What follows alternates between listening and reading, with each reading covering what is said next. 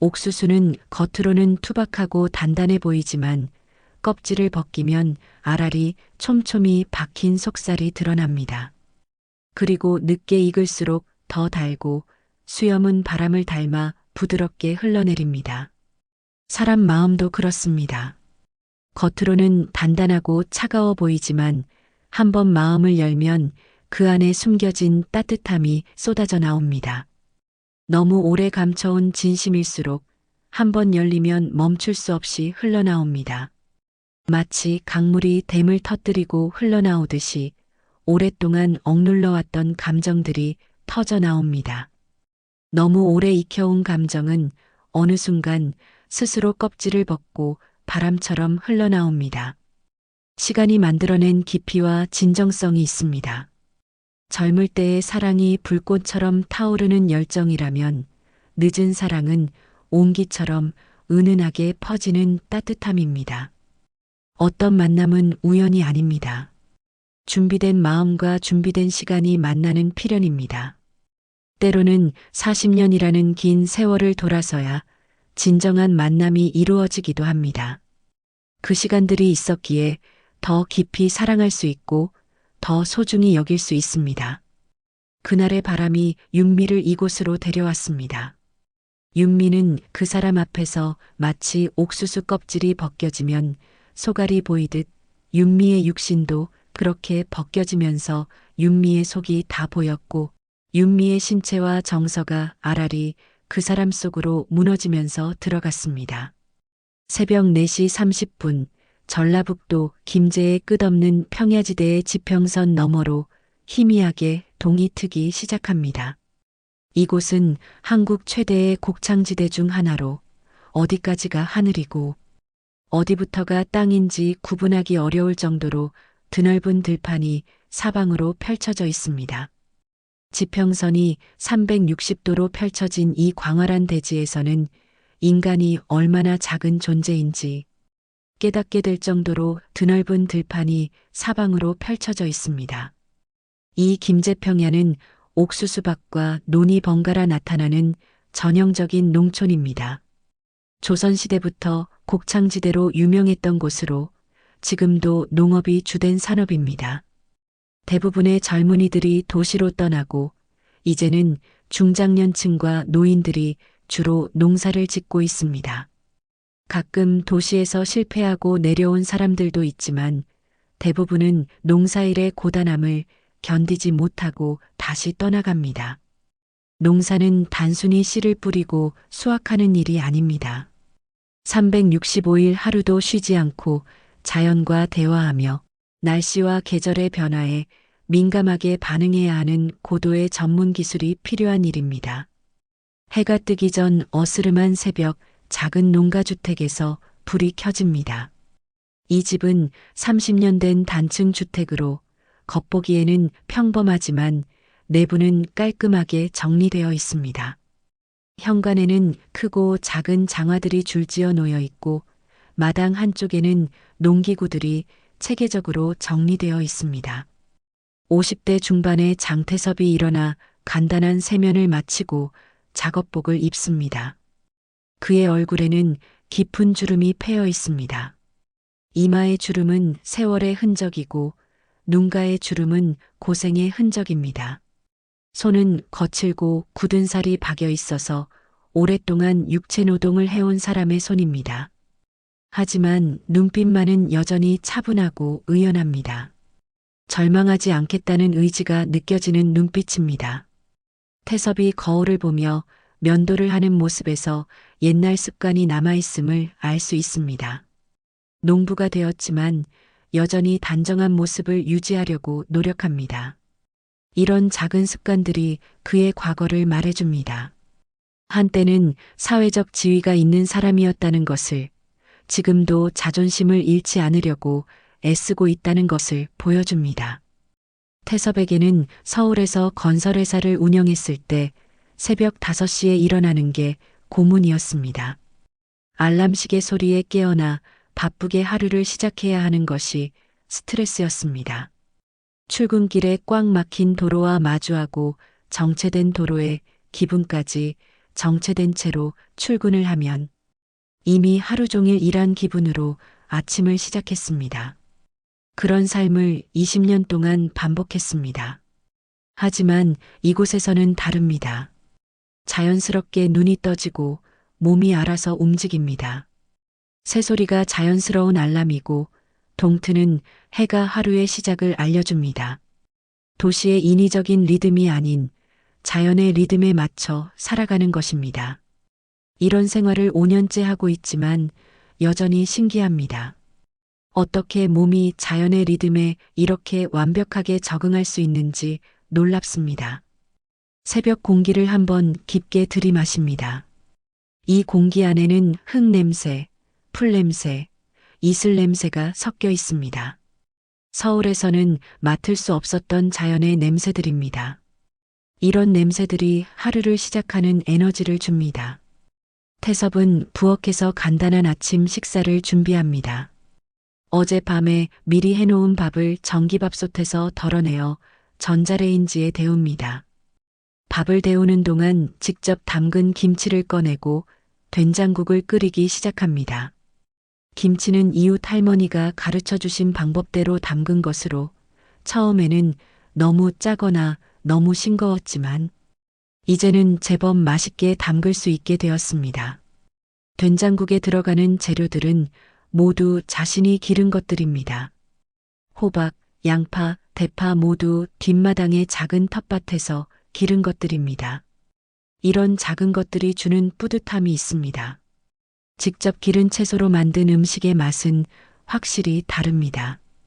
혼자 먹는 식사이지만 정성스럽게 상을 차립니다. 김치를 예쁘게 담고 밥도 예쁘게 그릇에 담습니다. 이런 의식 같은 행동들이 하루의 시작을 알립니다. 혼자라고 해서 대충 먹지 않습니다. 오히려 혼자이기 때문에 더 정성스럽게 준비합니다. 된장은 이웃 할머니가 직접 담가주신 것입니다. 3년 동안 발효시킨 진짜 집된장으로 시골에서만 맛볼 수 있는 깊은 맛이 납니다. 서울에서 사 먹던 공장에서 만든 된장과는 차원이 다른 맛입니다. 이 된장으로 끓인 국물은 진짜 구수하고 깊은 맛이 납니다.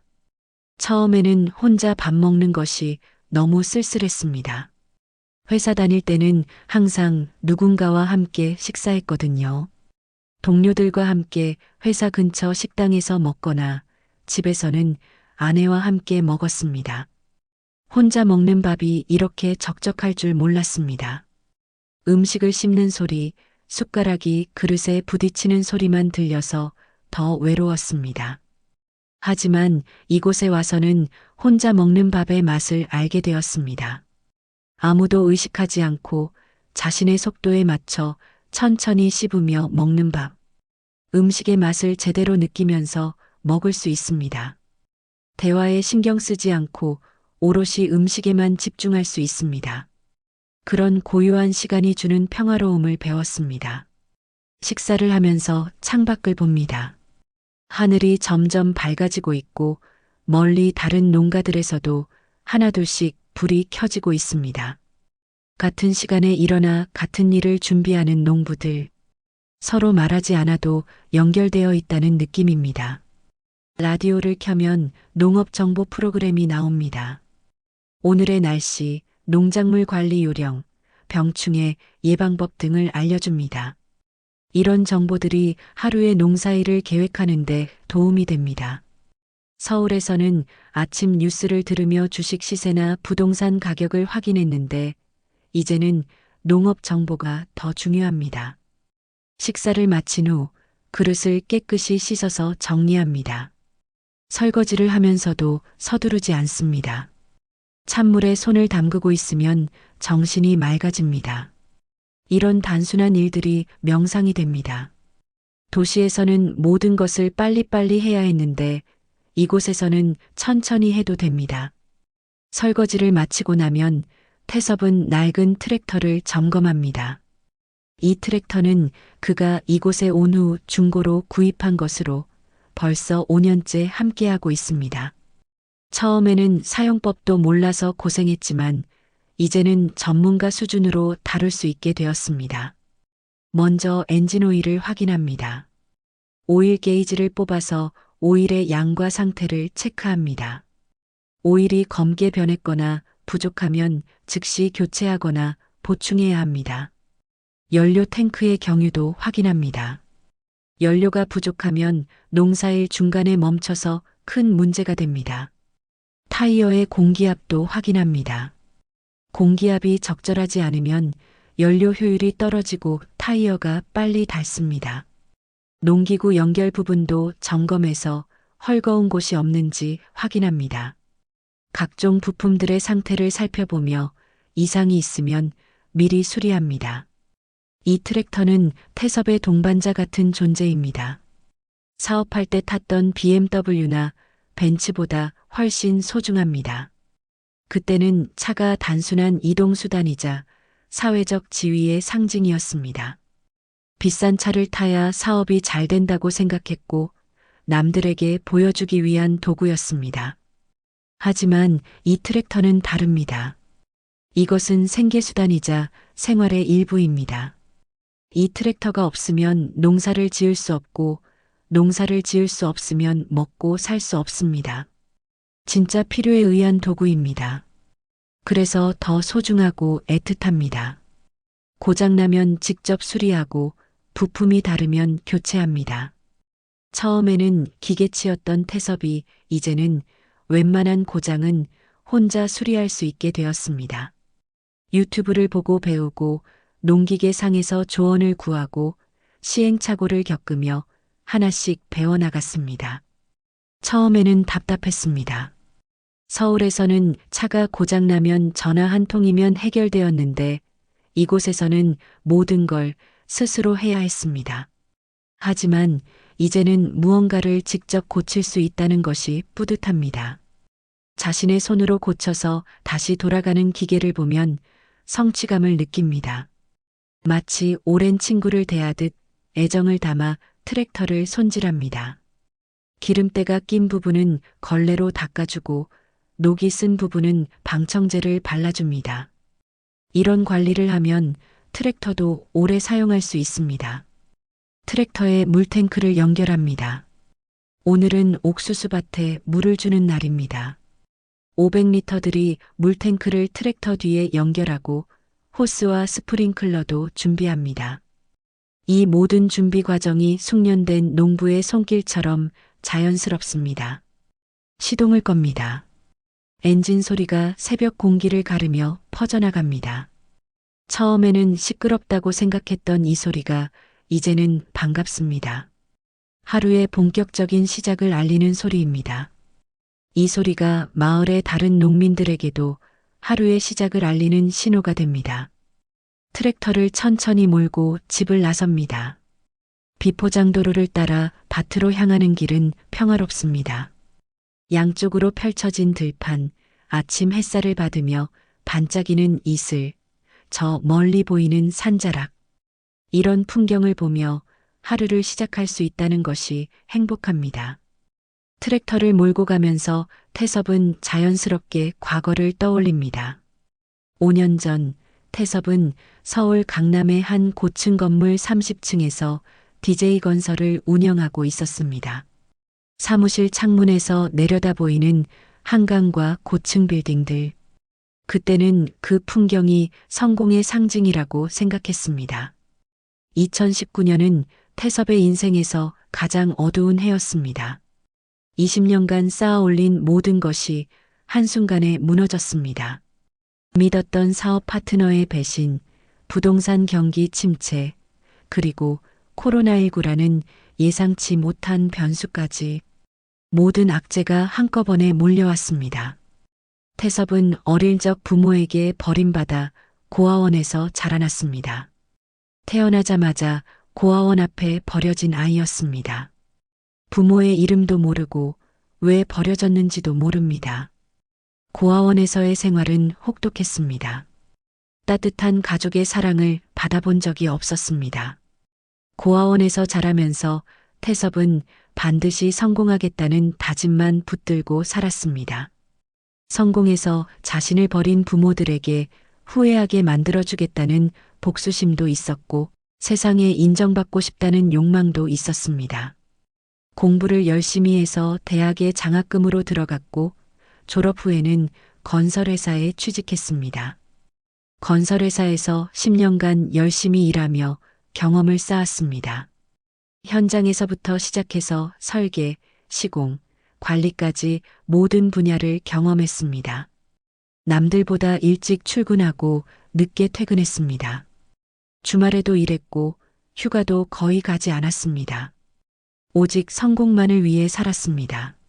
30대 중반에 회사를 그만두고 동료였던 김 대표와 함께 DJ건설을 창업했습니다. 김 대표는 15년간 함께 일한 동료이자 친구였습니다. 서로를 신뢰했고 서로의 능력을 인정했습니다. 태섭은 기술과 현장 관리를, 김 대표는 영업과 자금 관리를 담당했습니다. 처음 몇 년은 정말 어려웠습니다. 작은 프로젝트부터 시작해서 신뢰를 쌓아갔습니다. 밤낮 없이 일했고 주말도 없었습니다. 그러나 정직하게 일했고 품질을 중시했습니다. 점점 더 큰 프로젝트를 맡게 되었고 회사도 성장했습니다. 10년 후 DJ건설은 중견 건설회사로 성장했습니다. 직원이 200명이 넘었고 연 매출도 수백억 원에 달했습니다. 태섭은 성공한 기업인이 되었습니다. 강남의 고급 아파트에 살았고 좋은 차를 탔으며 사회적 지위도 있었습니다. 하지만 그 성공은 오래가지 못했습니다. 2018년부터 부동산 경기가 침체되기 시작했습니다. 정부의 부동산 규제 정책으로 건설 경기가 급속히 냉각되었습니다. 새로운 프로젝트는 줄어들었고 기존 프로젝트도 지연되었습니다. 더 큰 문제는 파트너였던 김 대표의 배신이었습니다. 회사 자금을 빼돌린 사실이 발각되었습니다. 수십억 원의 회사 자금이 사라졌고 각종 외상과 대출금만 남았습니다. 김 대표는 회사 돈을 빼돌리고 외국으로 도피했습니다. 태섭이 그 사실을 알게 된 것은 회계사로부터 전화를 받고서였습니다. 사장님, 큰일 났습니다.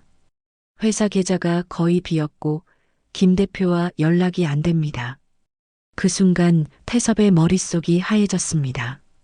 15년간 함께 일했던 사람이, 그토록 믿었던 사람이 자신을 배신했다는 것을 받아들일 수 없었습니다.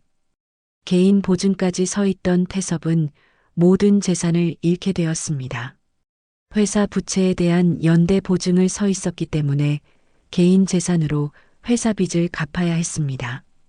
강남의 아파트, 차, 심지어 아내 명의의 재산까지 모두 처분해야 했습니다. 가장 힘들었던 것은 아내와의 이혼이었습니다. 아내는 더 이상 불안한 상황을 견딜 수 없다며 떠났습니다. 당신과 함께 있으면 언제 또 이런 일이 생길지 모르겠어요.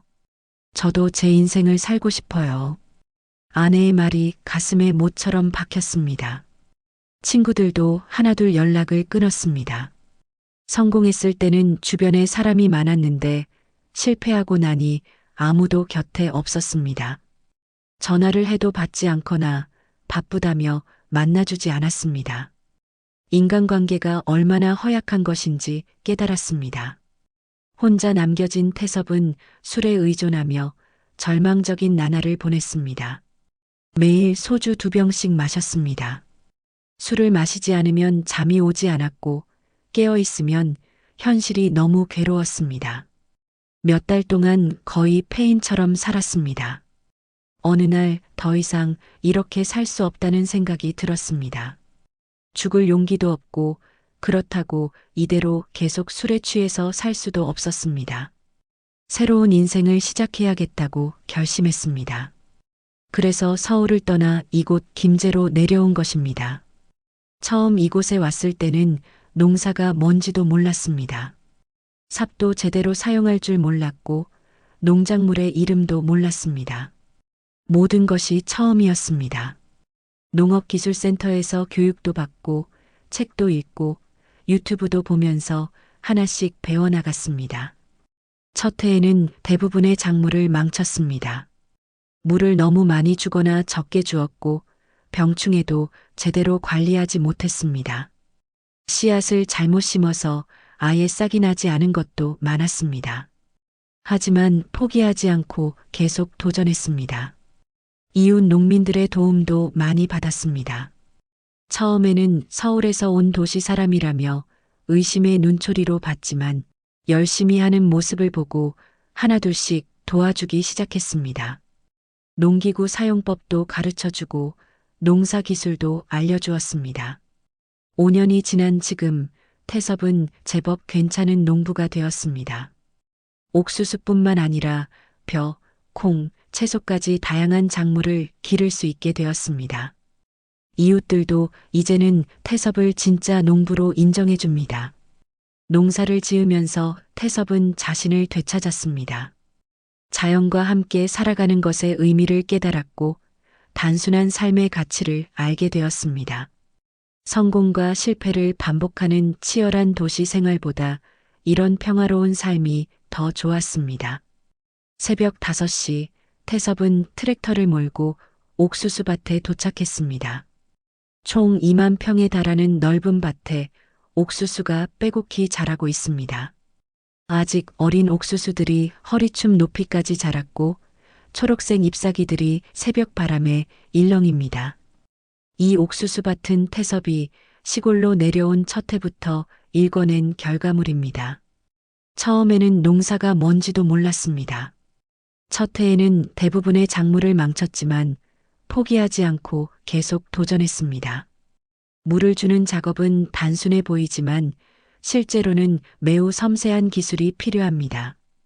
토양의 수분 상태를 확인하고 날씨를 고려하여 적절한 양의 물을 공급해야 합니다.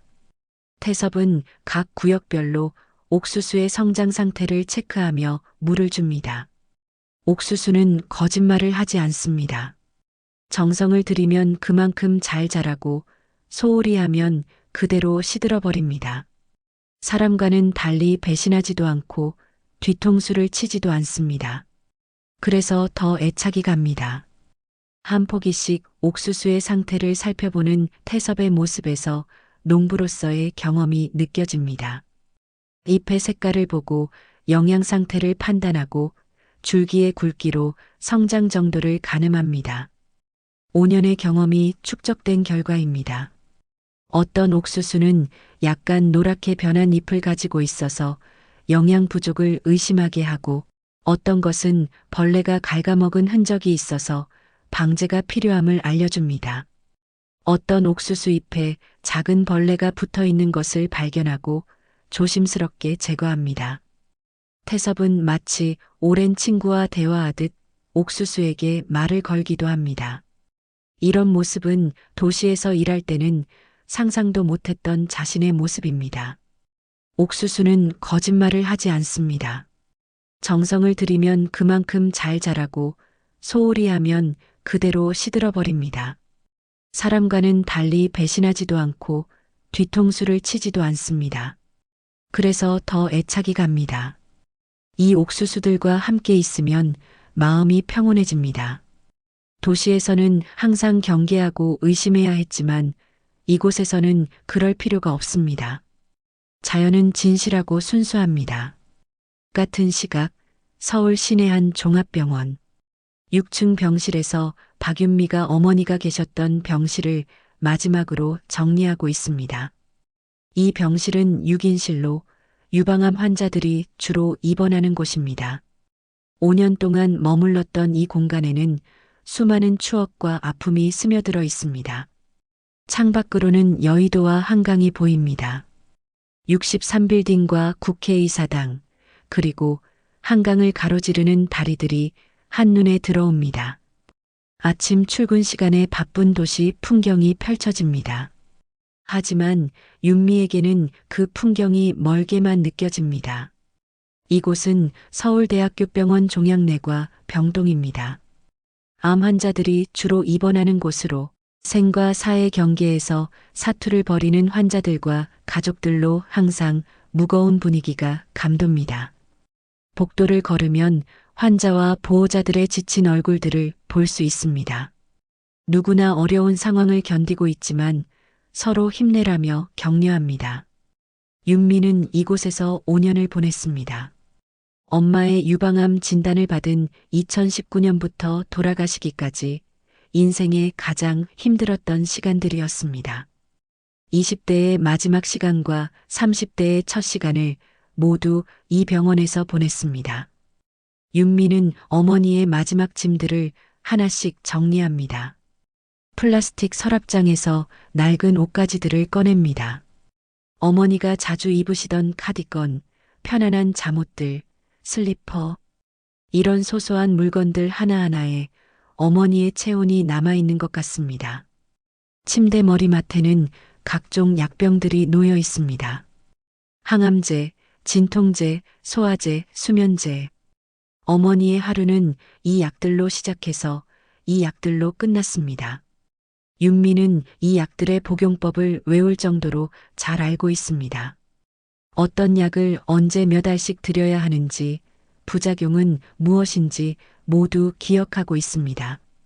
그리고 어머니가 마지막까지 간직했던 오래된 사진 몇 장을 발견합니다. 그 중에는 윤미의 고등학교 졸업사진도 있습니다. 18세의 윤미가 교복을 입고 활짝 웃고 있는 사진입니다. 어머니는 이 사진을 보며 그때가 가장 예뻤다고 하시곤 했습니다. 또 다른 사진은 젊은 시절 어머니의 사진입니다. 20대의 어머니가 아름다운 한복을 입고 있는 모습입니다. 윤미와 많이 닮았습니다. 특히 눈매가 똑같습니다. 어머니도 젊었을 때는 이렇게 아름다웠구나 하는 생각이 듭니다. 윤미의 어머니는 마지막까지 이 사진들을 간직하고 계셨습니다. 몸이 아파서 많은 것들을 포기하셨지만 이 사진들만은 절대 버리지 않으셨습니다. 윤미가 고등학교를 졸업할 때 찍은 사진을 보시며 그때가 가장 행복했다고 하시곤 했습니다. 윤미는 그때는 몰랐지만 엄마에게 자신이 얼마나 소중한 존재였는지 이제야 깨달았습니다. 어머니의 인생에서 윤미가 전부였다는 것을, 윤미 때문에 살아오셨고 윤미 때문에 마지막까지 포기하지 않으셨다는 것을 알겠습니다. 윤미의 간병 일상은 같은 동작과 행위의 반복이었습니다. 매일 새벽 6시에 일어나서 어머니의 컨디션을 확인하는 것으로 하루가 시작되었습니다. 밤새 어떻게 주무셨는지, 열은 없는지, 통증은 어떤지 체크했습니다. 아침 8시에는 어머니의 아침 약을 챙겨드렸습니다. 항암제는 식전에, 소화제는 식후에, 진통제는 통증이 심할 때. 약의 종류와 복용법이 복잡해서 처음에는 헷갈렸지만 이제는 간호사보다 더 잘 알고 있습니다. 식사를 도와드리는 것도 중요한 일이었습니다. 항암 치료 부작용으로 식욕이 없어서 잘 드시지 않으셨습니다. 윤미는 어머니가 좋아하실 만한 음식을 찾아서 만들어 드렸습니다. 중미음, 부드러운 반찬들, 한 숟가락이라도 더 드시게 하려고 애썼습니다. 오후에는 병원 복도를 함께 걸으며 재활 운동을 도와드렸습니다. 오래 누워 계시면 근력이 떨어지기 때문에 꾸준한 운동이 필요했습니다. 처음에는 휠체어를 타셨지만 점차 걸어서 다니실 수 있게 되었습니다. 그때 얼마나 기뻤는지 모릅니다. 저녁에는 함께 TV를 보거나 대화를 나누는 시간이었습니다. 어머니는 드라마 보는 것을 좋아하셨습니다. 특히 가족을 소재로 한 드라마를 좋아하셨는데 보시면서 눈물을 흘리시곤 했습니다. 윤미는 어머니가 자신의 인생과 비교하며 보고 계신다는 것을 알았습니다. 때로는 밤늦게까지 어머니의 손을 잡고 대화를 나누던 소중한 시간들이었습니다. 어머니는 어릴 때 윤미 이야기를 많이 해주셨습니다. 처음 걸음마를 했을 때, 처음 말을 했을 때, 유치원에서 상을 받았을 때, 그런 이야기들을 들으며 윤미는 어머니의 사랑을 다시 한번 확인할 수 있었습니다. 간병 생활은 생각보다 훨씬 힘들었습니다. 육체적으로도 힘들었지만 정신적으로 더 힘들었습니다. 계속 나빠져가는 어머니의 상태를 지켜보는 것, 의료진들의 애매한 대답들, 그리고 언제까지 이런 생활이 계속될지 모른다는 불안감. 하루하루가 버티는 것이었습니다. 윤미는 직장도 그만둬야 했습니다. 광고 회사에서 디자이너로 일하고 있었는데 어머니 간병과 병행하기가 어려웠습니다. 회사에서는 이해해준다고 했지만 실제로는 업무에 지장이 많았습니다. 결국 퇴사를 결정했습니다. 경제적으로도 어려웠습니다. 윤미의 수입이 끊어졌고 의료비는 계속 들어갔습니다. 보험으로 어느 정도 해결되었지만 간병비나 기타 비용들은 개인 부담이었습니다. 어머니의 적금을 해약하고 윤미의 적은 저축도 모두 써야 했습니다. 사회생활이 완전히 끊어졌습니다. 친구들과 만날 시간도 없었고 연애할 여유도 없었습니다. 윤미의 대부분의 시간을 병원에서 보냈습니다. 동갑내기 친구들은 결혼하고 출산하고 승진하는데 윤미만 시간이 멈춘 것 같았습니다. 그래도 포기하지 않았습니다. 어머니가 조금이라도 더 편안하시길 바라는 마음으로 최선을 다했습니다. 간병인을 쓸 수도 있었지만 윤미가 직접 돌보는 것이 어머니에게 더 좋을 것 같았습니다. 딸이 곁에 있다는 것만으로도 어머니에게는 큰 위안이 되셨을 겁니다. 현재로 돌아와서 윤미는 어머니의 유품 중에서 낡은 일기장 하나를 발견했습니다. 어머니가 병원에서 몰래 써두신 일기였습니다. 윤미가 모르게 써두신 것 같습니다. 표지가 낡고 페이지가 누렇게 변한 일기장이었습니다. 첫 페이지를 넘기니 어머니의 익숙한 글씨가 보입니다. 2019년 3월 15일 유방암 진단을 받았다. 윤미에게 어떻게 말해야 할지 모르겠다. 어머니도 처음에는 많이 당황하셨다는 것을 알 수 있습니다. 페이지를 넘기며 읽어보는데 대부분 윤미에 대한 걱정과 사랑이 담긴 내용들입니다. 윤미가 직장까지 그만두고 나를 돌봐준다. 고맙지만 미안하다. 윤미의 인생을 망치고 있는 것 같다. 윤미가 결혼할 나이인데 나 때문에 연애도 못하고 있다. 어머니는 자신 때문에 윤미의 인생이 멈춰 있다는 것을 알고 계셨습니다. 그래서 더 빨리 낳아야겠다고 다짐하셨고 윤미에게 부담 주지 않으려고 아픈 것도 참으시곤 했습니다. 일기장의 한 페이지에는 자신의 간병 때문에 결혼을 포기하고 사회생활을 멈춘 것에 대해 죄책감을 느낀다는 내용이 적혀 있습니다. 윤미야, 엄마 때문에 내 인생을 포기하지 마라. 엄마는 괜찮다. 너는 내 인생을 살아야 한다. 윤미는 일기를 읽으며 눈물을 흘렸습니다. 어머니의 마지막 걱정도 자신이 아닌 딸의 미래였다는 것을 알게 되었습니다. 자신의 아픔보다 딸의 미래를 더 걱정하셨다는 것이 가슴 아팠습니다. 마지막 페이지에는 이런 글이 적혀 있었습니다. 윤미야, 엄마는 행복했다. 너라는 딸을 낳아서 기를 수 있어서 행복했다. 이제 너는 자유롭게 살아라. 엄마 걱정하지 말고 내가 원하는 대로 살아라. 사랑한다. 윤미와 3년간 사귀었던 남자친구 민호와의 마지막 만남이 떠오릅니다. 홍대 앞의 한 조용한 카페에서 마지막 대화를 나눈 날이었습니다. 평소 자주 가던 카페였는데 그날은 분위기가 달랐습니다. 민호의 표정에서 이미 결론을 알 수 있었습니다. 민호는 처음에는 윤미의 상황을 이해한다고 했습니다. 어머니 간병하는 것 당연하지. 나도 도와줄게. 그렇게 말하며 병원에 몇 번 따라와 주기도 했습니다. 어머니께도 인사드리고 간병에 필요한 것들을 사다 주기도 했습니다. 하지만 시간이 지날수록 민호는 부담스러워했습니다. 윤미와의 만남이 점점 줄어들었고 만나도 대화 주제가 항상 어머니 병 이야기였습니다. 윤미는 다른 이야기를 하려고 해도 자연스럽게 어머니 이야기가 나올 수밖에 없었습니다. 그것이 윤미의 전부였거든요. 데이트도 제대로 할 수 없었습니다. 병원에서 멀리 갈 수 없었고 시간도 오래 비울 수 없었습니다. 영화를 보다가도 중간에 병원으로 가야 하는 경우가 많았습니다. 어머니 상태가 안 좋아지면 언제든 달려가야 했거든요. 민호도 처음에는 이해하려고 노력했습니다. 하지만 3년이라는 시간은 그에게 너무 길었습니다. 자신의 20대 후반 시간을 윤미의 어머니 간병에 맞춰서 살아야 한다는 것이 부담스러웠습니다. 친구들은 민호에게 다른 여자친구를 만나라고 조언했습니다. 언제까지 그렇게 살 거야? 윤미 어머니가 언제 나아질지도 모르는데. 주변의 이런 말들이 민호를 흔들었습니다. 회사에서도 윤미와의 관계 때문에 스트레스를 받았습니다.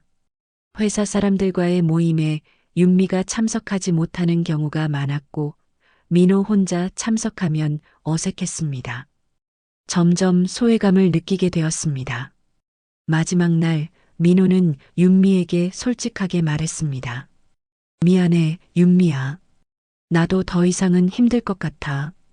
윤미는 그 말을 예상하고 있었지만 막상 들으니까 충격이었습니다. 민호는 미안하지만 자신도 행복할 권리가 있다고 말했습니다. 매번 만나서 병원 이야기만 하면 자신도 우울해진다며 윤미가 너무 무거워진 것 같다고 털어놓았습니다. 예전에 밝고 활발했던 윤미는 어디 갔어? 지금 윤미는 너무 달라졌어. 윤미는 그 말이 가장 아팠습니다. 윤미가 무거워진 게 아니라 삶이 무거워진 건데 말입니다. 하지만 그의 말을 완전히 틀렸다고 할 수도 없었습니다. 실제로 윤미는 웃음을 잃어가고 있었고 항상 걱정과 불안에 시달리고 있었으니까요. 민호는 계속 말했습니다. 나도 결혼을 생각해야 할 나이야. 언제까지 이렇게 불확실한 상황에서 기다릴 수는 없어. 현실적인 이야기였지만 윤미에게는 냉정하게 느껴졌습니다. 윤미는 이해한다고 말했습니다.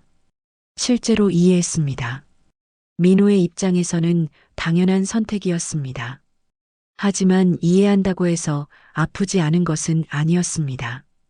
가장 힘들 때 곁에 있어줄 사람이 없다는 것이 외로웠습니다. 그때 깨달았습니다. 진짜 사랑이란 좋을 때만 함께하는 것이 아니라 힘들 때도 함께하는 것이라고.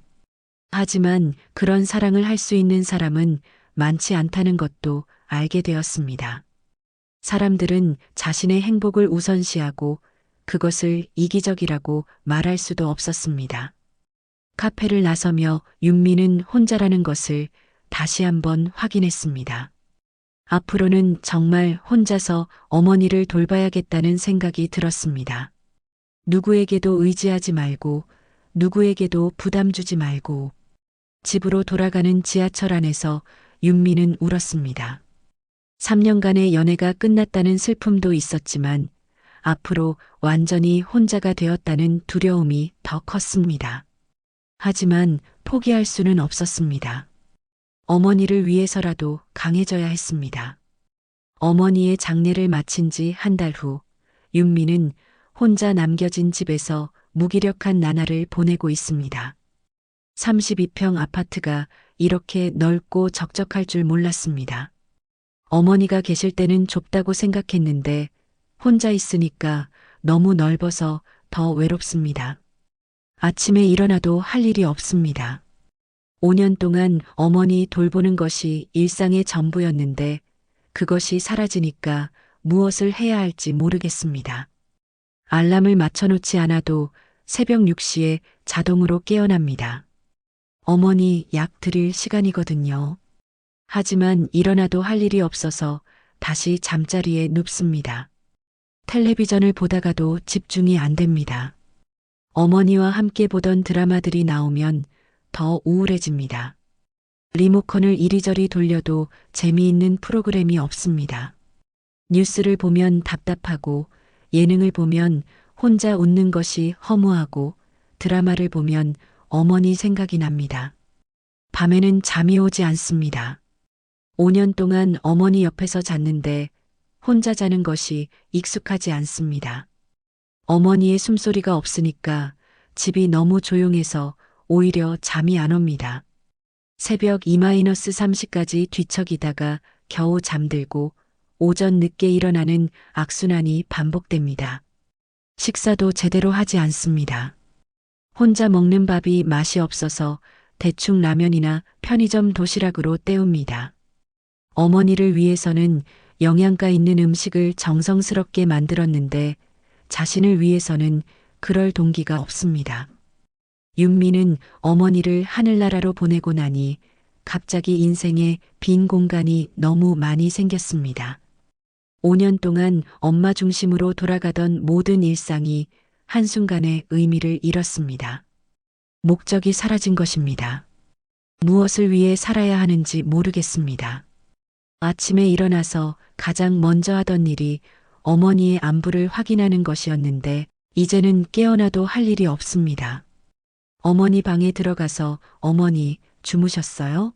라고 인사드리고 컨디션을 확인하고 약을 준비하는 것으로 하루가 시작되었는데 이제는 그 시작점이 없습니다.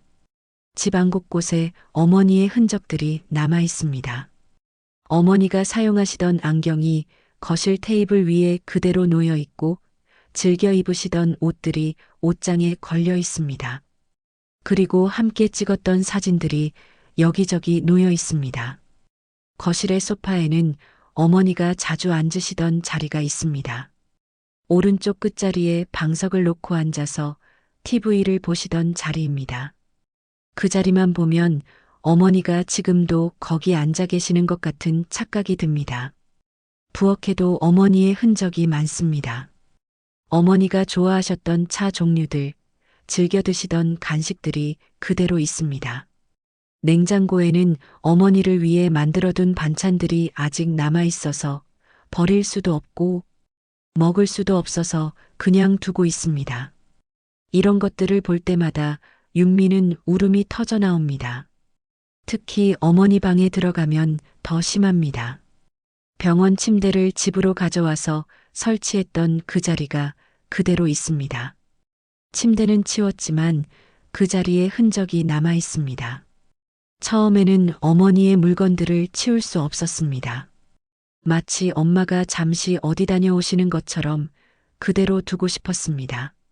언제든 돌아오실 수 있도록 모든 것을 그대로 보존해 두고 싶었습니다.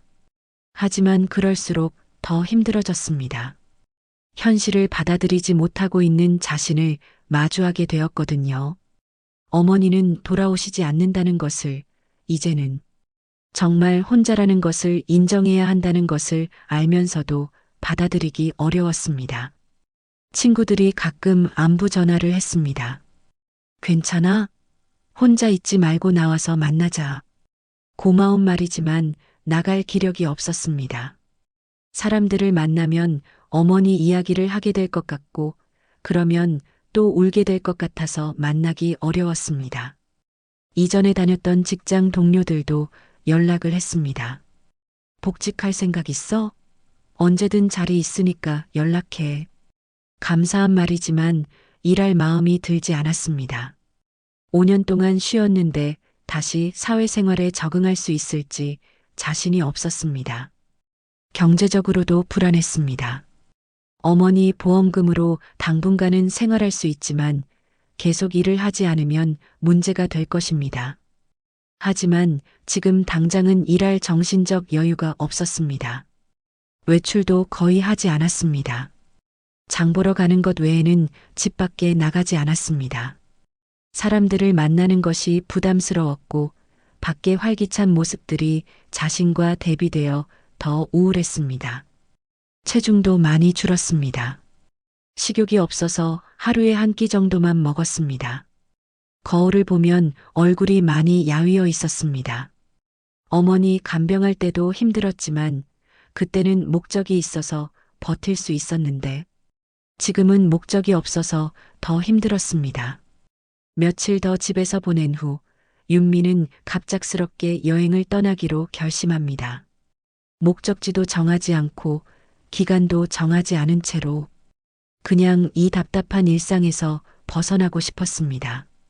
어디든 좋으니까 집이 아닌 곳에서 시간을 보내고 싶었습니다. 계획 없이 떠나고 싶었습니다. 목적지도 정하지 않고 며칠 있을지도 정하지 않고 그냥 발길 닿는 대로 마음 가는 대로 오랫동안 계획적으로 살아왔던 것에 지쳤습니다. 병원 스케줄, 약 복용 시간, 검사 일정, 모든 것이 정해져 있는 삶에서 벗어나고 싶었습니다. 5년 동안 자유라는 게 없었습니다. 어머니 상태에 따라 모든 스케줄이 결정되었고 항상 병원 중심으로 생활했습니다. 여행은 꿈도 꿀 수 없었고 멀리 가는 것도 불가능했습니다. 이제는 그런 제약이 없으니까 자유롭게 어디든 갈 수 있습니다. 윤미는 인터넷으로 힐링 펜션을 검색합니다. 힐링, 휴식, 펜션 같은 키워드로 검색하니까 여러 곳이 나옵니다. 대부분 화려하고 상업적인 곳들입니다. 수영장이 있고 스파가 있고 각종 시설들이 갖춰진 리조트 같은 곳들이 많았습니다. 하지만 윤미에게는 그런 화려한 곳들이 맞지 않는 것 같았습니다. 지금 윤미에게 필요한 것은 조용한 곳, 혼자 있을 수 있는 곳, 마음을 정리할 수 있는 곳이었습니다. 너무 많은 사람들이 있거나 시끄러운 곳은 원하지 않았습니다. 그런데 그 중에서 들녘 옹기 스테이라는 곳이 눈에 들어옵니다. 사진도 별로 없고 리뷰도 많지 않지만 왠지 끌립니다. 다른 펜션들과는 분위기가 다른 것 같았습니다. 화려하게 꾸며놓지 않았지만 진솔한 느낌이 있었습니다. 웹사이트를 클릭해보니 간단한 소개글이 있습니다. 들녘 온기 스테이 마이너스 고요한 들판, 따뜻한 온기. 지금 당신의 쉼이 시작됩니다라고 적혀 있었습니다. 화려한 광고 문구가 아닌 진솔한 느낌의 글이었습니다. 별다른 시설 자랑도 없고 그냥 평범한 시골집 같았습니다. 사진을 보니 정말 단순했습니다. 넓은 들판에 자리한 작은 단층집, 마당에 놓인 작은 테이블과 의자, 그리고 멀리 보이는 산자락. 도시의 화려함과는 정반대의 소박함이 있었습니다. 윤미는 직감적으로 이곳이 자신이 찾는 곳이라는 생각이 들었습니다. 복잡한 시설이나 프로그램이 필요한 게 아니었습니다. 그냥 조용한 곳에서 아무것도 하지 않고 쉬고 싶었습니다. 생각을 정리하고 마음을 정리할 시간이 필요했습니다. 전화번호를 찾아서 예약 전화를 했습니다. 전화를 받은 사람의 목소리는 차분하고 따뜻했습니다. 언제부터 며칠간 계실 예정인가요? 윤미는 내일부터 며칠간이라고 대답했습니다. 정확한 날짜는 정하지 않고 가서 결정하겠다고 말했습니다. 전화 받은 사람은 이해한다며 편하게 오라고 했습니다. 복잡한 절차나 규칙 설명도 없었습니다. 그냥 편하게 쉬다가 가라는 말이 좋았습니다.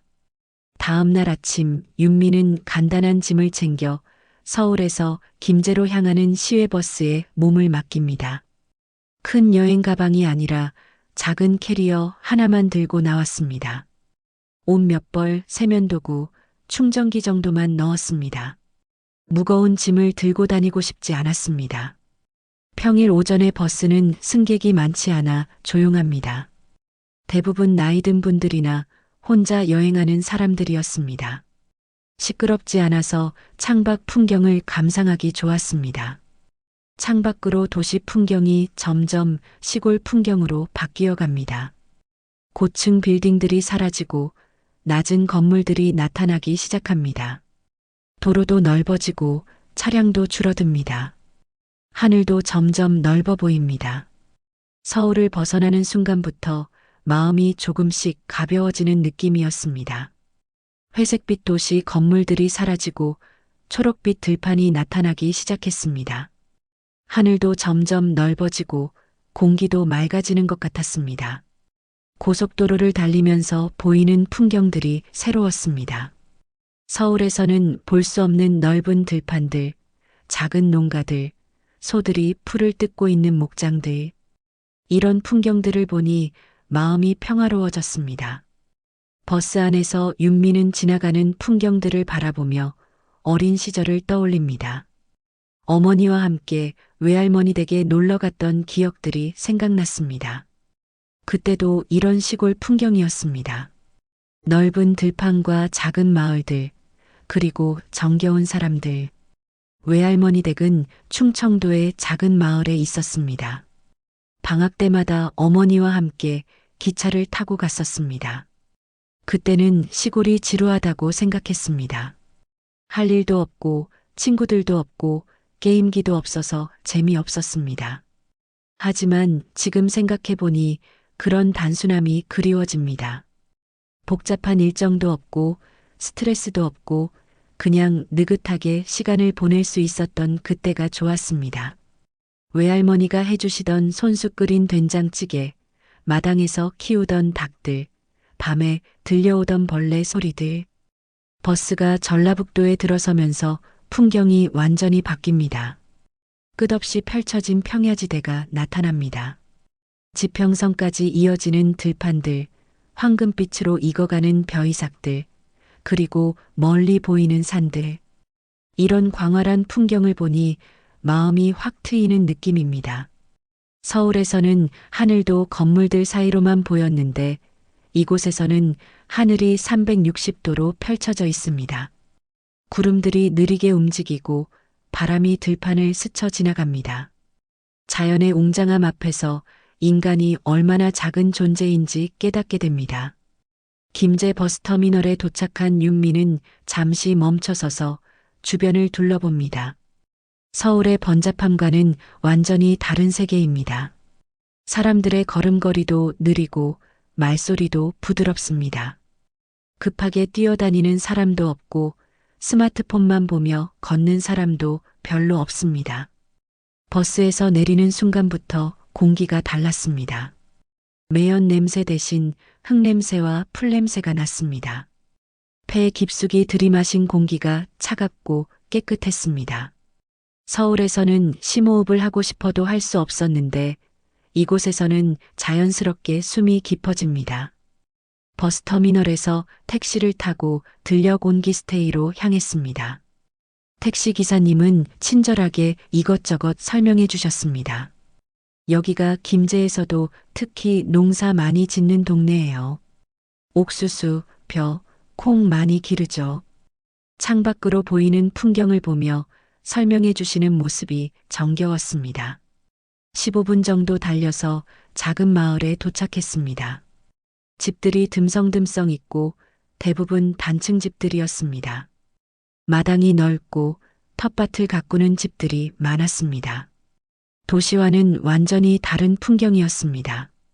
드디어 들녘 온기스테이라는 작은 간판이 보이는 단층 집 앞에 도착합니다. 윤미는 여행 가방을 끌고 천천히 걸어갔습니다. 들녘 온기스테이는 인터넷 사진으로 본 것보다도 더 소박했습니다. 특별한 장식이나 화려함이 없는 평범한 시골집이었습니다. 마당에는 고무신 몇 켤레가 아무렇게나 놓여 있고 툇마루에는 낡은 나무 의자 하나가 덩그러니 있습니다. 마당 한쪽에는 농기구들이 정리되어 있고 다른 한쪽에는 작은 텃밭이 있습니다. 상추, 고추, 토마토 등이 자라고 있었습니다. 집 자체는 30년 정도 된 것 같았지만 관리가 잘 되어 있었습니다. 외벽도 깨끗하게 칠해져 있고 마당도 깔끔하게 정리되어 있었습니다. 주인이 꼼꼼한 사람이라는 것을 알 수 있었습니다. 윤미가 초인종을 누르려는데 마당 안쪽에서 누군가 걸어 나옵니다. 처음에는 뒷모습만 보이는데 키가 크고 어깨가 넓습니다. 작업복을 입고 있어서 농사일을 하다 온 것 같습니다. 손에는 작은 호미를 들고 있고 옷에는 흙이 묻어 있었습니다. 그 사람이 천천히 돌아서는 순간 윤미의 표정이 놀라움으로 바뀝니다. 윤미는 자신의 눈을 의심했습니다. 40년 전 고등학교 동창인 장태섭이었습니다. 머리에는 흰머리가 섞여 있고 얼굴에는 주름이 생겼지만 분명히 태섭이었습니다. 세상에는 두 가지 종류의 우연이 있습니다. 스쳐 지나가는 우연과 인생을 바꾸는 우연. 그 순간 윤미는 어느 쪽인지 알 수 없었지만 심장이 빨리 뛴다는 것만 확실했습니다. 마치 시간이 멈춘 것 같은 느낌이었습니다. 고등학교 2학년 같은 반이었던 장태섭. 그때도 지금도 변하지 않은 조용한 눈빛과 어색한 미소. 40년의 시간이 한순간에 사라지는 느낌이었습니다. 윤미는 갑자기 18세가 된 것 같았습니다. 태섭도 윤미를 알아봤습니다. 처음에는 확신이 서지 않았지만 윤미의 눈을 보는 순간 확신했습니다. 박윤미 고등학교 때 같은 반이었던 그 윤미가 맞았습니다. 세월은 흘렀지만 눈빛만은 그때와 똑같았습니다. 서로를 알아봤다는 것은 확실했지만 어떻게 인사를 해야 할지 몰랐습니다. 40년 만에 재회에 어울리는 인사말이 있을까요? 오랜만이야라고 하기에는 너무 어색했고 처음 뵙겠습니다라고 하기에는 거짓말 같았습니다. 그래서 그냥 손님과 사장의 관계로 만나는 척 했습니다. 태섭이 먼저 안녕하세요. 예약하신 분이시죠? 라고 말했고 윤미도 네, 맞습니다라고 대답했습니다. 하지만 두 사람 모두 어색함을 감출 수 없었습니다. 태섭이 윤미를 방으로 안내했습니다. 이쪽으로 오세요. 짐 제가 들어드릴게요. 윤미의 캐리어를 받아들고 집 안으로 들어갔습니다. 집 안은 깔끔하게 정리되어 있었습니다. 현관에서 슬리퍼로 갈아 신고 복도를 따라 걸었습니다. 방은 6조 정도 되는 작은 방이었습니다. 깔끔하지만 소박한 방에 작은 창문이 하나 있고 그 너머로 옥수수밭이 보였습니다. 방 안에는 작은 책상과 의자, 그리고 옷장이 하나 있었습니다. 도시의 펜션들처럼 화려하지는 않았지만 깨끗하고 편안한 느낌이었습니다. 윤미는 창가에 서서 밭을 바라보며 처음으로 마음이 편안해지는 것을 느꼈습니다. 넓은 옥수수밭이 펼쳐져 있고 바람이 불 때마다 옥수수 잎들이 파도처럼 움직였습니다. 이런 풍경을 보니 마음이 평화로워졌습니다. 방에서 보이는 옥수수밭은 생각보다 넓었습니다. 어디까지가 옥수수밭인지 구분하기 어려울 정도로 넓게 펼쳐져 있었습니다. 바람이 불 때마다 초록색 파도처럼 일렁이는 옥수수 잎들. 그 사이로 해가 지고 있었습니다. 도시에서는 해 지는 걸 보기 어려웠는데 여기서는 하늘 전체가 캔버스였습니다. 구름 하나 없는 맑은 하늘에 노을이 점점 번져가고 있었습니다. 이런 풍경을 독차지할 수 있다는 것이 행복했습니다. 태섭은 시설에 대해 간단히 설명했습니다. 화장실은 복도 끝에 있고요. 부엌은 자유롭게 사용하셔도 됩니다. 아침 식사는 8시경에 준비해 드릴게요. 특별한 규칙은 없으니까 편하게 지내세요. 전문적인 사장의 태도를 유지하려고 했지만 두 사람 모두 어색함을 감출 수 없었습니다. 서로를 의식하면서도 모르는 척하려고 애쓰는 모습이 오히려 더 어색했습니다. 가끔 옛 기억이 떠오르는 것 같았지만 내색하지 않으려 했습니다. 계속 존댓말로 대화했지만 두 사람 모두 불편해했습니다. 같은 나이의 동창생인데 존댓말을 하는 것이 어색했지만 그렇다고 갑자기 반말을 하기도 어려운 상황이었습니다. 40년이라는 시간의 벽이 있었습니다. 태섭이 방을 나가려고 하다가 문 앞에서 잠시 멈춰 섰습니다. 뭔가 말하고 싶은 듯 했지만 결국 아무 말도 하지 않고 나갔습니다. 윤미도 뭔가 말하려고 했지만 입을 다물었습니다. 문이 닫힌 후 윤미는 혼자 방에 앉아서 생각에 잠겼습니다. 정말 우연의 일치일까요? 수많은 펜션 중에서 하필 태섭이 운영하는 곳을 선택하게 된 것이 운명이라고 하기에는 너무 극적이고 우연이라고 하기에는 너무 신기했습니다. 첫 저녁 식사 시간이 되었습니다. 태섭이 간단한 식사를 준비했습니다. 밥과 김치찌개, 그리고 막 딴 옥수수 몇 개. 도시 음식에 비하면 소박했지만 정성이 느껴지는 식사였습니다. 모든 재료가 직접 기른 것들이라고 설명했습니다. 김치찌개에서 나는 냄새가 정말 구수했습니다. 서울에서 먹던 김치찌개와는 맛이 달랐습니다. 김치도 직접 담근 것이고 돼지고기도 가까운 농가에서 직접 기른 것이라고 했습니다. 화학 조미료 맛이 아닌 진짜 자연의 맛이었습니다. 옥수수는 정말 달았습니다. 아침에 딴 것이라고 하는데 윤미는 이렇게 단 옥수수를 먹어본 적이 없었습니다. 어릴 때 할머니 댁에서 먹던 옥수수 맛이 났습니다. 단순하지만 진짜 맛이었습니다. 두 사람은 마주 앉아 조용히 식사를 했습니다. 대화가 많지 않았지만 불편하지는 않았습니다. 40년 만에 마주 앉아 밥을 먹는다는 것이 신기했습니다. 고등학생 때는 같은 교실에 있으면서도 제대로 대화해 본 적이 없었는데 지금도 마찬가지였습니다.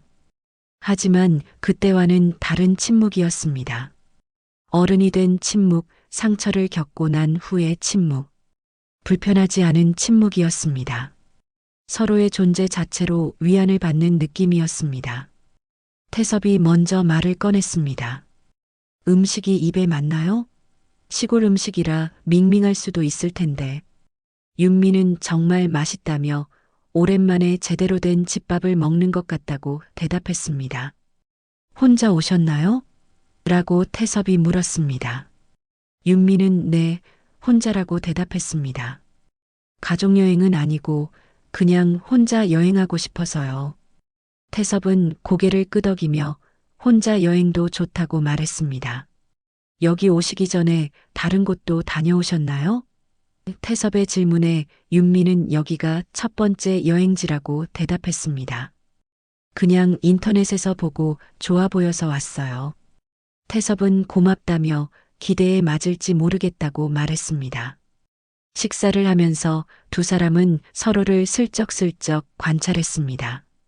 40년 전의 모습과 지금의 모습을 비교해보며 세월의 흔적을 확인했습니다. 하지만 아직은 서로를 확실히 알아봤다는 것을 말하지 않았습니다. 태섭은 윤미가 혼자 온 이유가 궁금했습니다. 보통 이런 시골 펜션에는 가족이나 친구들과 함께 오는 경우가 많은데 혼자 온 것이 특별해 보였습니다. 무언가 사연이 있어 보였지만 묻기는 어려웠습니다. 윤미도 태섭이 이곳에서 펜션을 운영하게 된 이유가 궁금했습니다.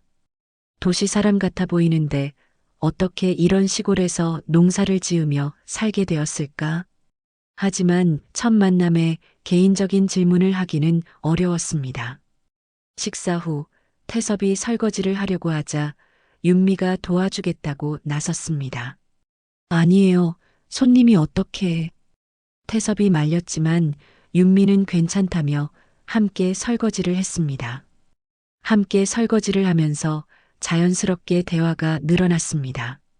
농사 지으신 지 오래되셨나요?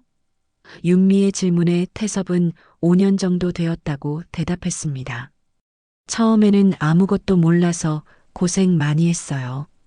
지금도 배우는 중이고요.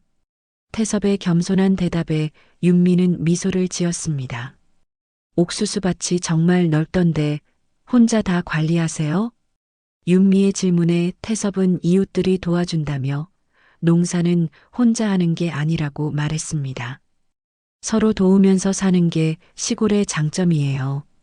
설거지를 마치고 두 사람은 마당에 나와 앉았습니다. 별이 쏟아질 것 같은 밤하늘이 펼쳐져 있었습니다. 서울에서는 볼 수 없었던 별들이 가득했습니다. 윤미는 감탄하며 별을 올려다봤습니다. 도시에서는 이런 별을 볼 수 없어요. 윤미의 말에 태섭은 처음에는 자신도 놀랐다고 말했습니다. 이렇게 많은 별이 있는 줄 몰랐어요. 도시에서는 밝아서 안 보이잖아요. 두 사람은 나란히 앉아서 별을 보며 대화했습니다. 직접적으로 과거 이야기를 하지는 않았지만 서로에 대한 호감을 느끼고 있었습니다. 낯선 사람이라기에는 너무 편안했고 처음 만난 사이라기에는 너무 자연스러웠습니다. 다음 날부터 윤미는 조용한 일상을 시작했습니다. 아침에 일찍 일어나 마당을 정리하고 태섭이 밭에서 일하는 모습을 창문으로 지켜봤습니다. 서로 말은 많이 나누지 않았지만 서로의 존재를 의식하며 하루를 보냈습니다. 아침 7시 윤미는 자연스럽게 깨어났습니다. 5년 동안 어머니 간병으로 몸에 밴 습관 때문에 일찍 일어나는 것이 익숙했습니다. 창문을 열고 밖을 보니 태섭이 이미 트랙터를 점검하고 있었습니다. 윤미는 슬리퍼를 신고 마당으로 나왔습니다. 마당에 흩어진 낙엽들을 빗자루로 쓸기 시작했습니다. 오랜만에 누군가를 위한 일이 아닌 그냥 하고 싶어서 하는 일이었습니다. 병간호를 하면서는 모든 일이 의무였고 책임이었습니다.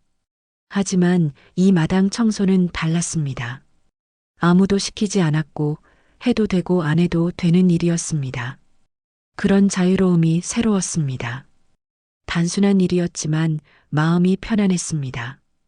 태섭이 트랙터 점검을 마치고 윤미를 보았습니다. 아, 그냥 두세요. 제가 할게요. 윤미는 괜찮다며 운동 삼아 하는 거라고 말했습니다. 아침에 일찍 일어나는 습관이 있어서요. 일찍 일어나시네요. 보통 손님들은 늦게 일어나시는데. 태섭의 말에 윤미는 원래 일찍 일어나는 편이라고 대답했습니다. 시골 공기가 좋아서 그런지 잠도 잘 와요. 이틀째 되는 날 윤미가 우연히 태섭의 과거를 엿보게 되었습니다. 태섭이 서울에서 가져온 상자를 정리하고 있는데 바람에 날려서 건설회사 명함들과 상장들이 떨어진 것을 보게 되었습니다. DJ건설 대표이사 장태섭이라고 적힌 명함이었습니다.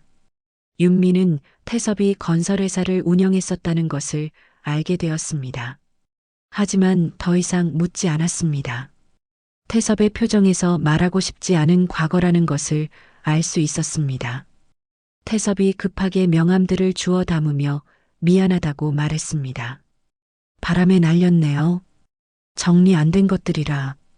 윤미는 괜찮다며 자신도 도와주겠다고 말했습니다. 윤미도 그런 기억들이 있어서 이해할 수 있었습니다. 누구에게나 감추고 싶은 시간들이 있으니까요. 과거의 영광이었을 수도 있고 아픈 기억이었을 수도 있지만 지금 이야기하고 싶지 않다는 것은 분명했습니다. 그래서 더 이상 묻지 않았습니다. 대신 자연스럽게 다른 이야기로 넘어갔습니다. 옥수수 상태가 어떤가요? 제가 봐도 잘 자란 것 같던데요. 태섭은 고맙다며 올해는 날씨가 좋아서 잘 자라고 있다고 대답했습니다. 어느 날 저녁 우연히 두 사람이 옥수수 밭에서 마주쳤습니다. 태섭은 늦은 시간에 밭 상태를 확인하러 나왔고 윤미는 산책을 하다가 밭까지 온 것이었습니다. 저녁 해가 옥수수 밭을 황금빛으로 물들이고 있었습니다.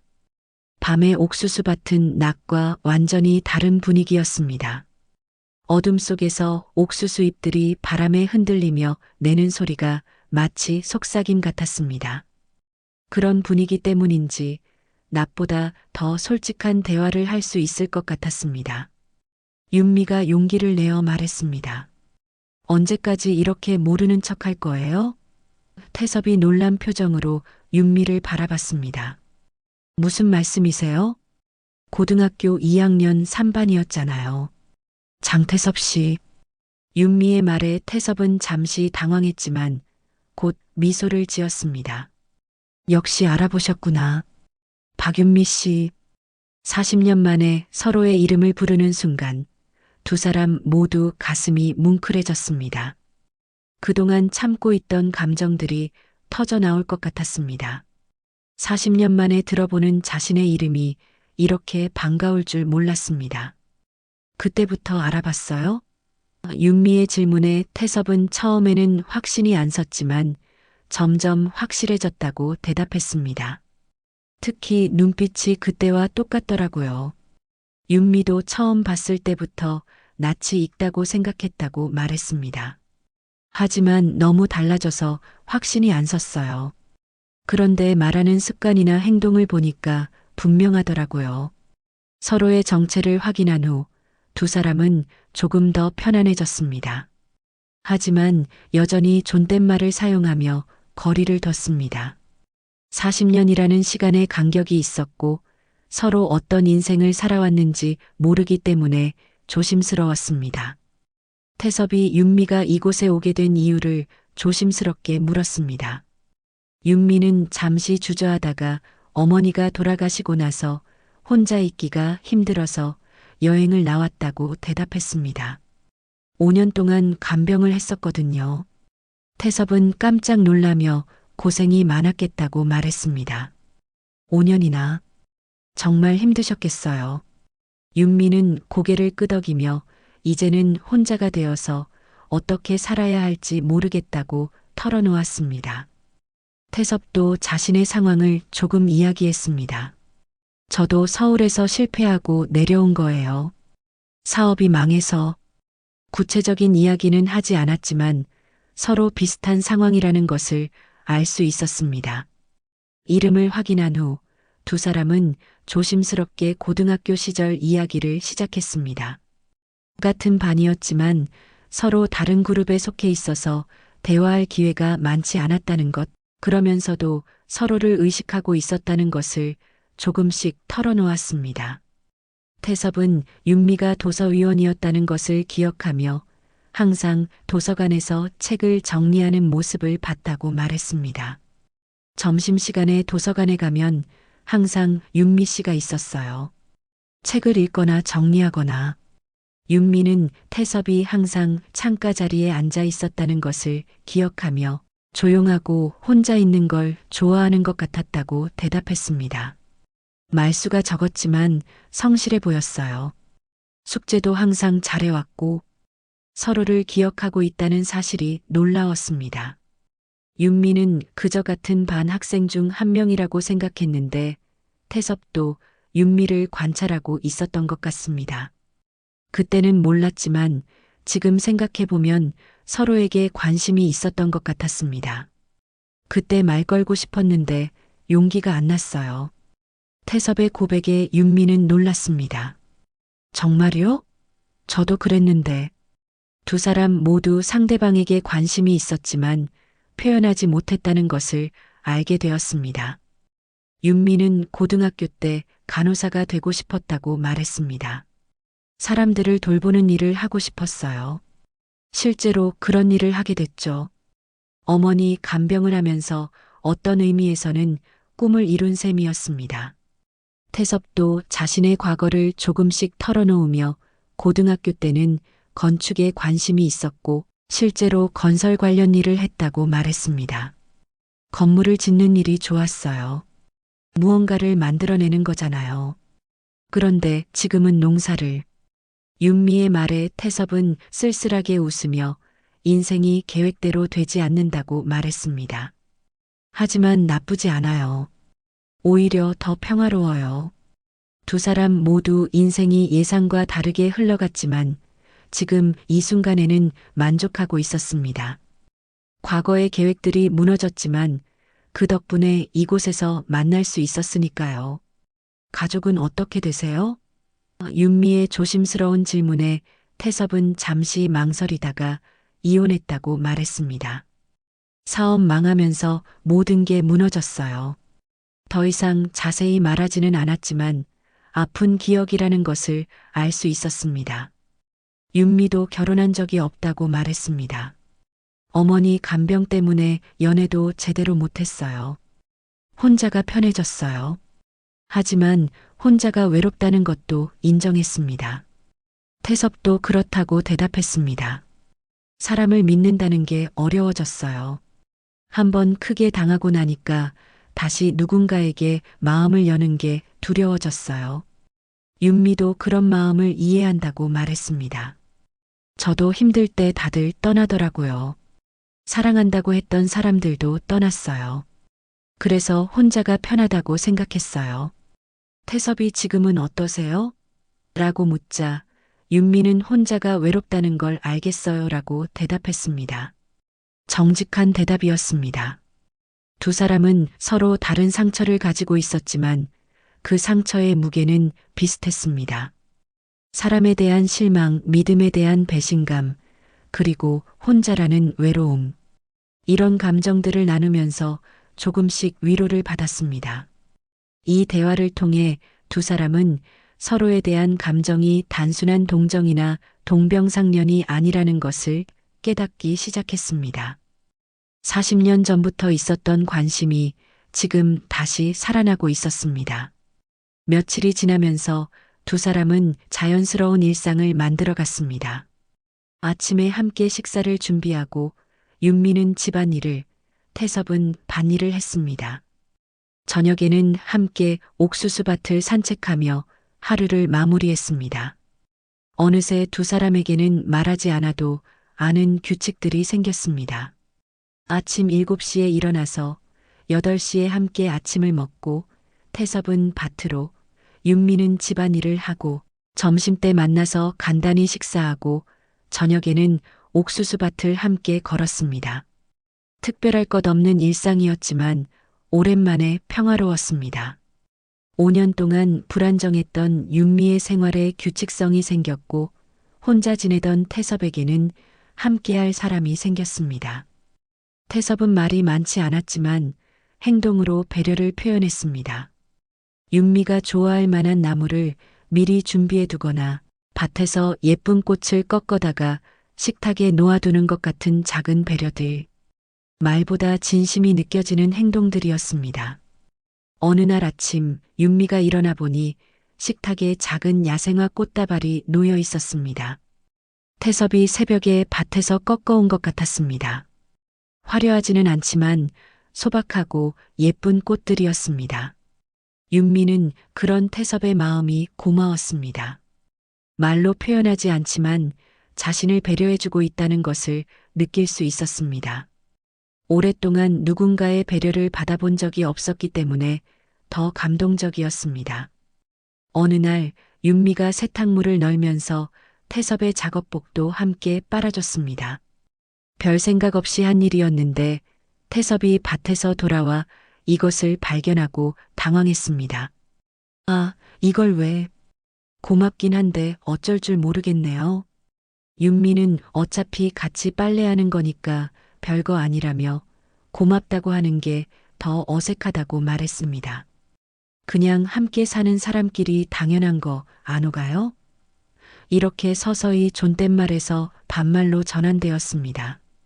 처음에는 의식적으로 반말을 했지만 점점 자연스러워졌습니다.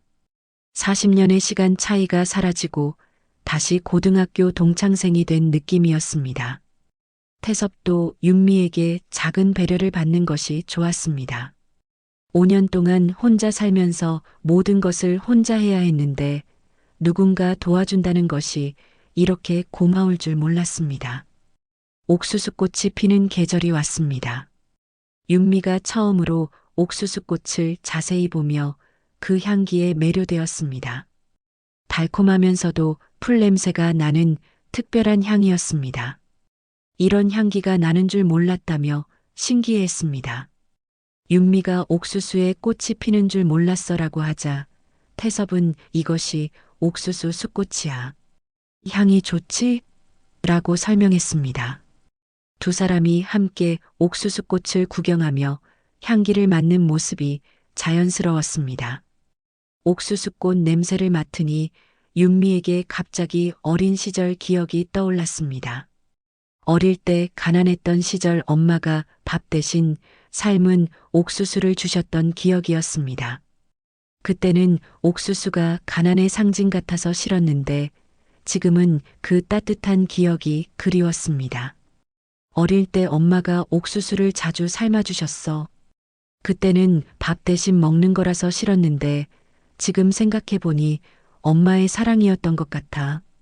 윤미의 말에 태섭은 조용히 고개를 끄덕였습니다. 태섭이 윤미의 표정을 보고 조용히 생옥수수 하나를 따서 건넸습니다.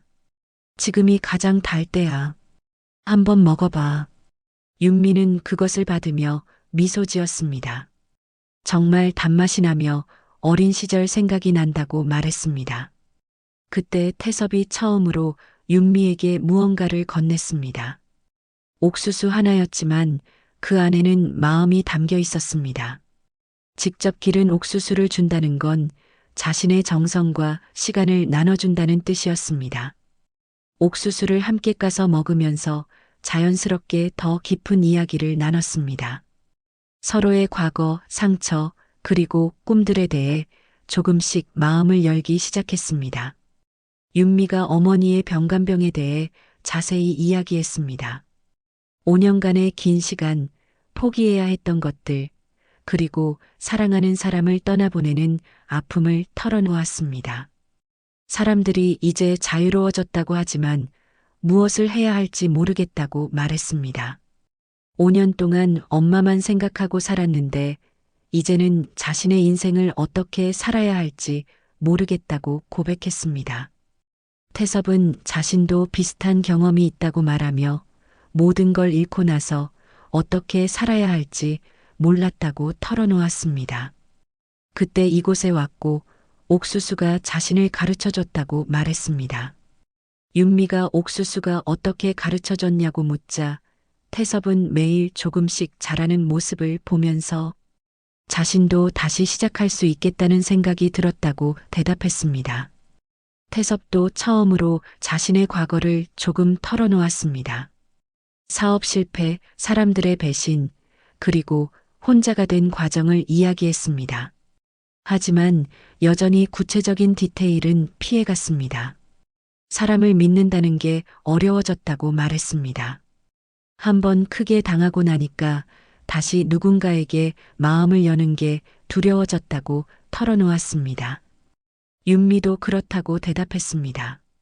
자신이 힘들 때 다들 떠나더라며 사랑한다고 했던 사람들도 떠났다고 말했습니다. 그래서 혼자가 편하다고 생각했다고 덧붙였습니다.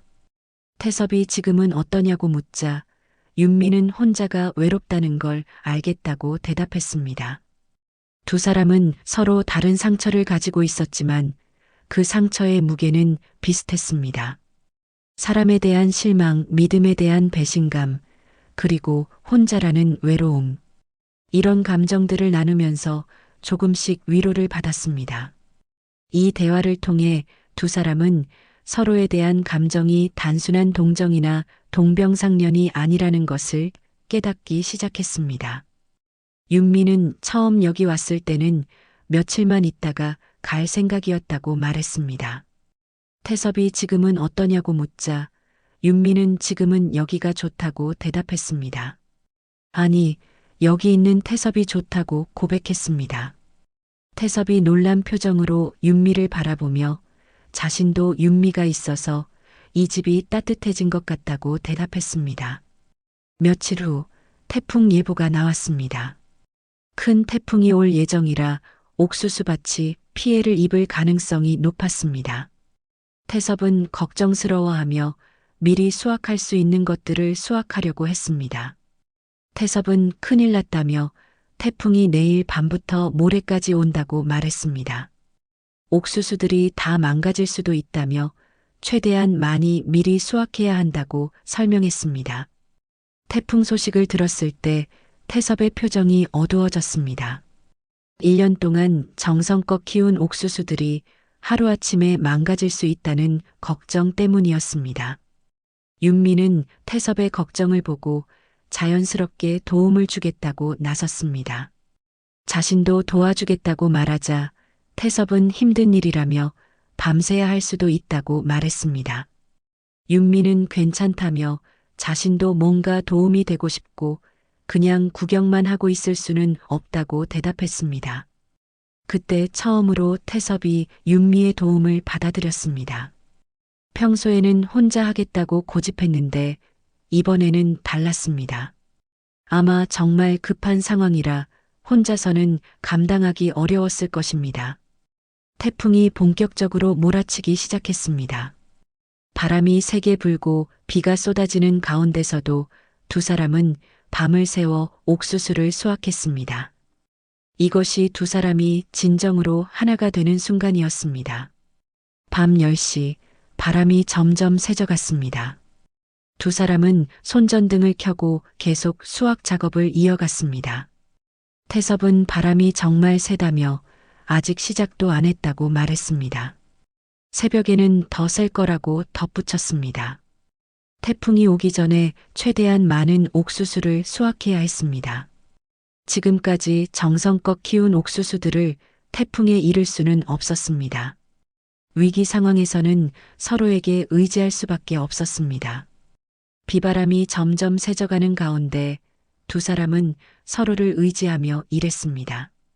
윤미가 넘어질 뻔하면 태섭이 붙잡아줬고 태섭이 무거운 것을 들 때는 윤미가 도와줬습니다. 자정이 넘어서 윤미가 피로에 지쳐 비틀거렸습니다. 태섭이 윤미의 상태를 확인하고 괜찮냐고 물었습니다. 윤미는 조금 어지럽다고 대답했지만 계속해야 한다고 말했습니다. 태섭이 윤미의 어깨를 붙잡고 안정시키며 잠깐 쉬자고 제안했습니다. 무리하면 안 된다고 걱정했습니다. 태섭이 윤미의 어깨를 붙잡고 안정시켰습니다. 이런 신체적 접촉이 두 사람에게는 처음이었지만 자연스럽게 받아들여졌습니다. 그 순간들이 정말 소중했습니다. 서로의 안전을 걱정하고 서로를 도우며 일하는 것. 이런 게 진정한 동반자의 의미구나 하는 생각이 들었습니다. 새벽 2시 비가 너무 세게 내려서 잠시 집 안으로 피했습니다. 두 사람 모두 흠뻑 젖어서 몸을 말려야 했습니다. 태섭은 윤미가 감기 걸리겠다며 따뜻한 차를 끓여주겠다고 말했습니다. 윤미는 자신은 괜찮다며 태섭도 젖었으니까 함께 차를 마시자고 대답했습니다. 태섭이 윤미를 걱정해주는 모습을 보면서 마음이 따뜻해졌습니다. 오랫동안 누군가의 걱정을 받아본 적이 없었거든요. 보호받는다는 느낌이 좋았습니다. 젖은 옷을 갈아입고 거실에서 만난 두 사람. 태섭이 끓여준 따뜻한 생강차를 마시며 잠시 휴식을 취했습니다. 난로 앞에 앉아 차를 마시는 두 사람의 모습은 마치 오래된 부부 같았습니다. 태섭은 이런 밤을 함께 보내게 될 줄 몰랐다고 말했습니다. 40년 전에는 상상도 못했을 일이라고 덧붙였습니다. 윤미도 그렇다고 대답하며 그때는 말도 제대로 못 걸었다고 말했습니다. 태섭이 왜 그때 말을 못 걸었을까 하며 지금 생각해보면 아쉽다고 말했습니다. 윤미는 부끄러웠다고 대답했습니다. 윤미가 자신보다 훨씬 인기도 많았고 공부도 잘했다고 말하자 윤미는 자신은 태섭이 멋있다고 생각했었다고 고백했습니다. 40년 전의 아쉬움에 대해 이야기하면서 현재의 감정도 자연스럽게 드러났습니다. 그때 못다한 이야기들, 못다한 감정들이 이제야 표현될 수 있게 되었습니다. 잠시 휴식을 취한 후 태풍이 절정에 달하는 시간에 두 사람은 다시 밖으로 나가 마지막 수확을 했습니다. 이번에는 더욱 험한 날씨였지만 서로가 있다는 것만으로도 용기가 났습니다. 새벽 4시 바람이 가장 심하게 불 때였습니다. 윤미가 무섭다고 말하자 태섭은 자신이 있다며 자신의 뒤에 서 있으라고 말했습니다. 윤미는 같이 하자며 포기하지 말자고 대답했습니다. 두 사람이 서로를 붙잡고 마지막 수확을 완료했습니다. 바람이 워낙 세서 거의 붙잡고 있지 않으면 날아갈 것 같은 상황이었습니다. 윤미가 태섭의 팔을 꽉 잡고 태섭은 윤미를 보호하듯 감싸 안았습니다. 태풍의 절정 순간 두 사람은 서로를 꽉 붙잡고 있었습니다. 바람이 너무 세서 혼자서는 견딜 수 없었습니다. 태섭이 윤미를 바람막이처럼 감싸 안으며 보호해주는 모습에서 든든함을 느꼈습니다. 새벽 5시 태풍이 조금 잠잠해지자 두 사람은 마침내 집으로 돌아왔습니다. 밤새 수확한 옥수수들이 집 앞마당에 가득 쌓여 있었습니다. 두 사람 모두 탈진 상태였지만 뿌듯한 표정을 짓고 있었습니다. 밤새 함께 일하면서 두 사람은 진정한 동반자가 되었습니다. 말로 표현하지 않아도 서로의 마음을 알 수 있었습니다. 함께 어려움을 이겨낸다는 것이 얼마나 큰 유대감을 만드는지 깨달았습니다. 집에 들어온 두 사람은 서로를 바라보며 미소를 지었습니다. 태섭은 정말 고맙다며 혼자서는 절대 할 수 없었던 일이라고 말했습니다. 윤미는 자신도 도움이 된 것 같아서 기쁘다며 오랜만에 뿌듯한 일을 했다고 대답했습니다. 그때부터 두 사람은 자연스럽게 반말을 하기 시작했습니다. 격식을 차릴 필요가 없다는 것을 서로 느꼈습니다. 밤새 함께 고생하면서 40년의 시간 차이가 한순간에 사라진 것 같았습니다. 아침이 되어 태풍이 완전히 지나갔습니다. 두 사람은 함께 밖으로 나가 피해 상황을 확인했습니다. 수확하지 못한 옥수수들은 많이 쓰러져 있었지만 밤새 수확한 덕분에 피해를 최소화할 수 있었습니다. 태섭은 정말 다행이라며 윤미가 없었다면 이 정도로 구하지 못했을 거라고 말했습니다. 태풍이 지나간 후에 옥수수 밭은 처참했습니다. 하지만 두 사람이 밤새 수확한 옥수수들 덕분에 완전한 실패는 피할 수 있었습니다. 윤미가 이제 어떻게 할 거냐고 묻자 태섭은 쓰러진 것들은 다시 세우고 못 쓸 것들은 정리해야 한다고 대답했습니다. 윤미는 자신도 계속 도와주겠다며 이제 이곳이 자신의 집 같다고 말했습니다. 태섭이 놀란 표정으로 윤미를 바라봤습니다. 윤미는 처음에는 며칠만 있다가 갈 생각이었는데 이제는 여기서 계속 살고 싶다고 말했습니다. 태섭과 함께라면 뭐든 할 수 있을 것 같다고 고백했습니다. 그 순간 윤미는 자신의 마음을 정확히 알게 되었습니다. 이곳에 머무르고 싶은 이유가 단순히 힐링이나 휴식 때문이 아니라는 것을, 태섭 때문이라는 것을 인정하게 되었습니다. 태섭도 자신의 마음을 털어놓았습니다. 윤미가 온 후로 이 집이 진짜 집 같아졌다고 말했습니다. 혼자 있을 때보다 훨씬 따뜻하고 의미 있는 하루하루를 보내고 있으며 윤미가 계속 있어줬으면 좋겠다고 말했습니다. 두 사람이 서로를 바라보며 미소를 지었습니다. 말로 하지 않아도 서로의 마음을 알 수 있었습니다. 오랜 시간 상처받았던 두 마음이 서로를 향해 조심스럽게 열리기 시작했습니다. 그 순간 두 사람은 서로의 마음을 확인했습니다.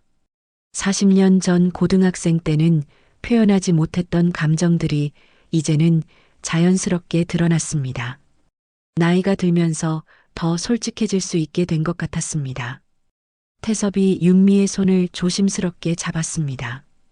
윤미도 거부하지 않고 자연스럽게 받아들였습니다. 40년이라는 시간을 건너뛰어 만난 두 사람의 새로운 시작이었습니다. 계절이 바뀌어 다시 옥수수 심는 철이 되었습니다. 이번에는 윤미도 함께 옥수수를 심었습니다. 두 사람이 나란히 서서 씨앗을 심는 모습은 마치 미래를 함께 만들어가는 것 같았습니다. 6개월이 지나면서 윤미는 완전히 다른 사람이 되었습니다. 농사일도 익숙해졌고 무엇보다 마음이 평화로워졌습니다.